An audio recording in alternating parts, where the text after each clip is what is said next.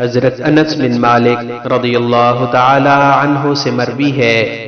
کہ میں نے حضور نبی اکرم صلی اللہ علیہ وآلہ وسلم کو فرماتے ہوئے سنا، اللہ تعالی نے فرمایا، اے ابن آدم، جب تک تو مجھ سے دعا کرتا رہے گا اور امید رکھے گا، جو کچھ بھی تو کرتا رہے میں تجھے بخشتا رہوں گا اور مجھے کوئی پرواہ نہیں۔ اے ابن آدم، اگر تیرے گناہ آسمان کے بادلوں تک پہنچ جائیں پھر بھی تو بخشش مانگے تو میں بخش دوں گا، مجھے کوئی پرواہ نہیں۔ اے ابن آدم، اگر تو زمین بھر کے برابر بھی گناہ کر لے، میرے پاس آئے پھر مجھے اس حالت میں ملے کہ تو نے میرے ساتھ کسی چیز کو شریک نہ ٹھہرایا ہو،